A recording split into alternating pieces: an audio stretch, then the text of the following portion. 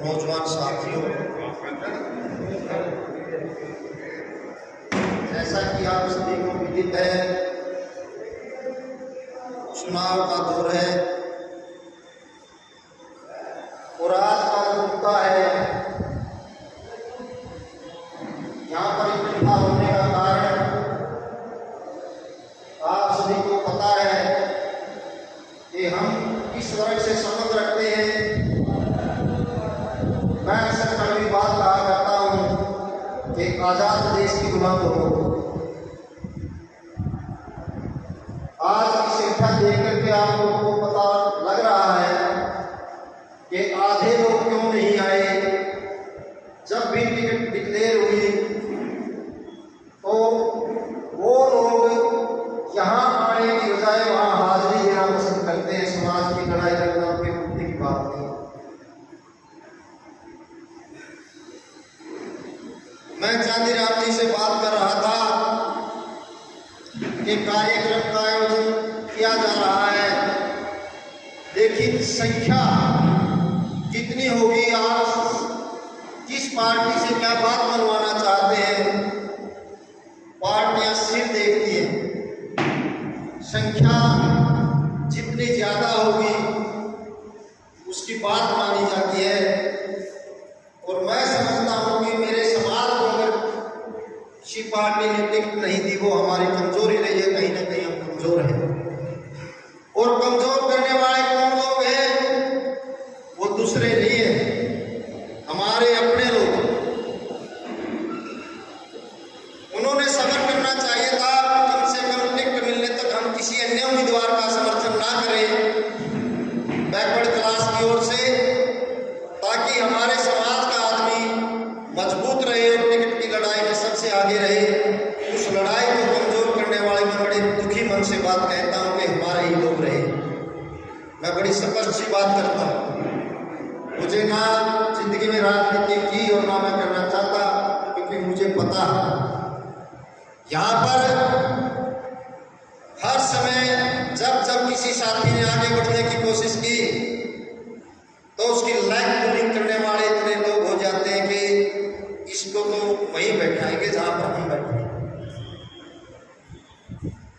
आज का मुद्दा, मुख्य मुद्दा है, मेरे आसपास के भाई जिस क्षेत्र से बहुत साथी आए हैं, मैं सभी का यहाँ पर हार्दिक अभिनंदन करता हूँ।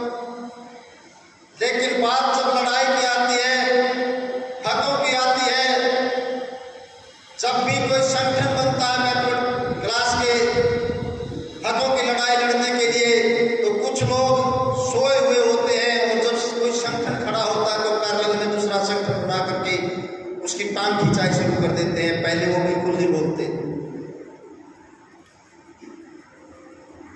क्या आप समझते हैं कि आपके साथ किसी ने ज्यादती कर दी या हमारे साथ किसी ने ज्यादती कर दी? मैं मेरे विचार के अनुसार कहता हूँ आपकी गलतफहमी है। अगर किसी ने नुकसान किया है समाज का तो हम खुद जिम्मेवार हैं। हमारी संख्या की कमी नहीं है, हमारे वोट की कीमत भी वही है जो दूसरे की वोट की कीमत है।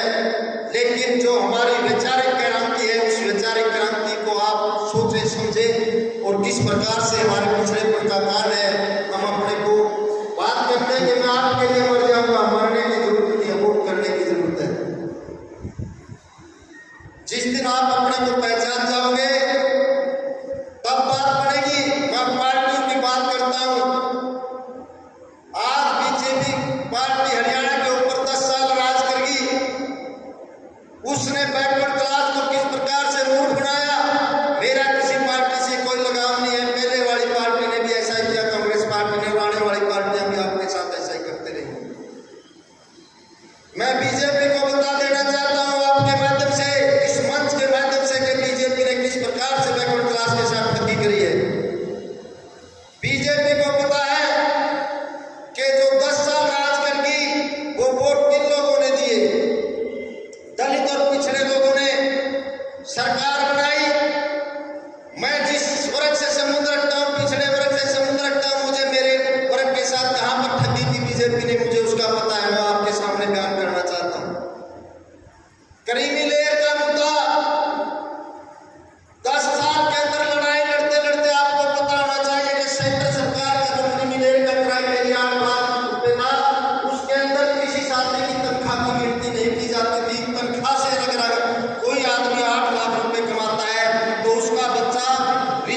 रिजर्वेशन से अलग कर दिया जाता था, उसको रिजर्वेशन का फायदा नहीं मिलता था।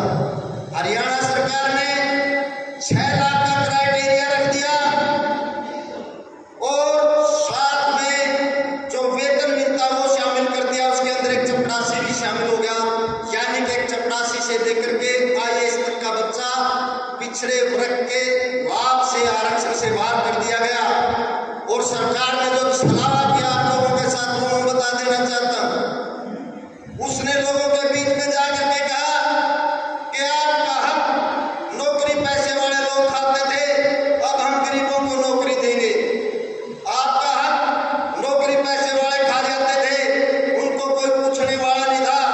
एक चपरासी से लेकर IAS तक केवल अपने बच्चों को ठीक प्रकार से पढ़ाई करवा सकता है, ऊंचे लेवल की, कि उसका बच्चा इंजीनियर बने, डॉक्टर बने, IPS बने, IAS बने। लेकिन गरीब की बेचारे की औकात केवल अपनी रोटियां तक होती है, वो रोटियों तक सीमित रह जाता, अपने बच्चे को उस लेवल की पढ़ाई नहीं कर सकता। गरीब का बच्चा पढ़ाई नहीं होने के कारण उस आरक्षण से वंचित हो गया और जो पढ़ा लिखा सकते थे उसका बच्चा क्रिमिनल के बंडे से के कारण बाहर हो गया। इस प्रकार से ये सरकार 10 साल तक हमारे पिछड़े लोगों का हक खाती रही और हजम करती रही और फिर हम उसके पीछे लगने के लिए मजबूर हो जाए। मैं इस मंच के माध्यम से बता देना चाहता हूं, जितने भी साथी बैठे हैं, मैं किसी पार्टी विशेष की बात नहीं करता। मैं कहता हूं आने वाले समय में आप जिसको वोट देंगे वो भी ठगेगी आप। तो किया क्या जाए, कुछ साथियों ने हौसला करके हरियाणा लेबर पार्टी के नाम से पिछड़े वर्ग की एक पार्टी को खड़ा किया था। बता सकते हैं यहाँ पर साथी मौजूद हैं, कितने लोगों ने उनका साथ दिया और वो आज कहां पर बैठे हैं। कितने पिछड़े वर्ग से हमारे बीच में काम करने वाले थे, आज वो कहां गए।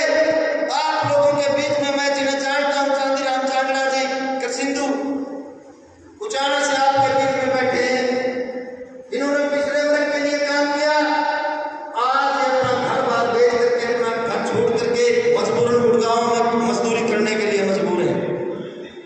तो आपकी लड़ाई लड़ने के लिए कौन तैयार होगा। बात जब चंदे की आती है, किसी ने जब 1 पैसा नहीं दिया वो हिसाब मांगने लग जाता है कि हिसाब दो। आपको पता है हम केवल और केवल जाटों को गालियां निकाल करके अगर बीजेपी को वोट देंगे, इससे बड़ी भूल कभी नहीं करेंगे।